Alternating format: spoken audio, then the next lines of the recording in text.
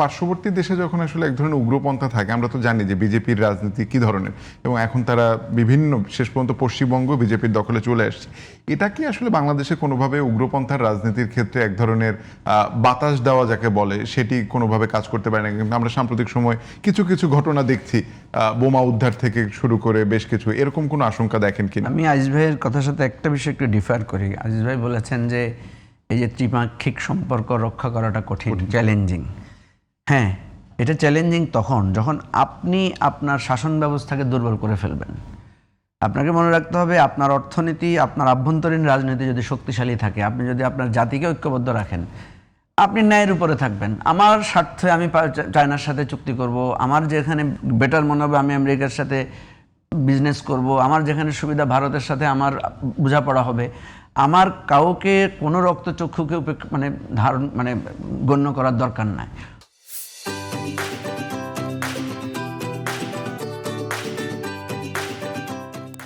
তখনই গণ্য করার দরকার হবে যখন আমার নিজের ভিতরে দুর্বলতা থাকবে। আমি যখন বাস্তবে কি জনমন্দিরে এত সহজ না, অন্তর্বর্তী সরকার যে মার্কিন চুক্তিটা করে গেলেন সেটা নিয়ে কিন্তু এই সরকারেরও এখন আমি সেটাই বোঝাতে চাচ্ছি। অন্তর্বর্তীকালীন সরকার কেন করলেন?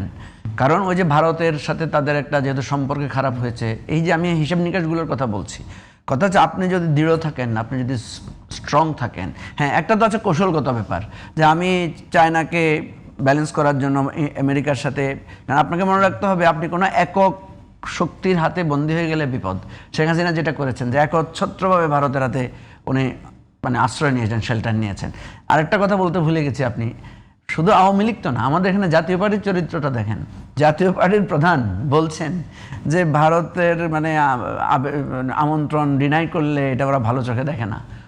এই লোকের তো আমি মনে করি লজ্জা সামান্যতম থাকা উচিত। এই কথা উনি বাংলাদেশের মাটিতে বসে বলছেন।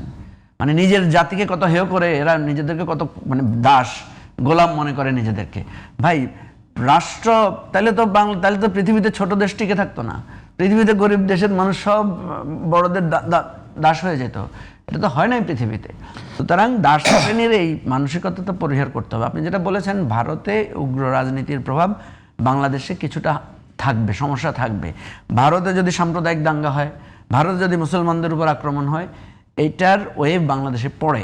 কিন্তু অতীতে দেখা গেছে বাংলাদেশের মানুষ এটার ব্যাপারে সচেতন ছিল। আপনি তো জানেন যে ইন্টারিমের সময় ওই যে চট্টগ্রামে একটা অ্যাডভোকেটকে হত্যা করা হয়েছে, ওই যে ইসকনের যে উত্তেজনা দিয়ে, এটা নিয়ে কিন্তু বাংলাদেশের সবাই কিন্তু ঐক্যবদ্ধ ছিল। এখানে কোনো ফার্দার কেওয়াজ করার পাল্টা একটা তারা কিন্তু উস্কানিটা দিয়েছিল। কিছুদিন আগেও কি চৈতালি না মৈতালি এক ভদ্র মহিলা খুব নোংরা ভাষায় উস্কানি তৈরি করার চেষ্টা করেছিল।